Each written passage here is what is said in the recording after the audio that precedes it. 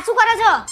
ચંદ્ર નમસ્કાર કરું છું. આના ચંદ્ર નમસ્કાર ના કહેવાય, સૂર્ય નમસ્કાર કહેવાય. ખબર ના પડતી હોય તો શું લેવા કરતા છો તમે? અરે પણ રાતે 10 વાગે કરું છું તો ચંદ્ર નમસ્કાર જ કહેવાય ને, સૂર્ય નમસ્કાર થોડી કહેવાય. એટલે તો સવારે વહેલા કરવું પડે ફ્રેશ વાતાવરણમાં. અરે આ ફ્રેશ વાતાવરણ જ છે મારા માટે ભાઈ. અને શરીરને ક્યાં ખબર પડવાની કે રાત છે કે દાડો છે? શરીરને ખબર ના પડે પણ મગજને તો ખબર પડે ને.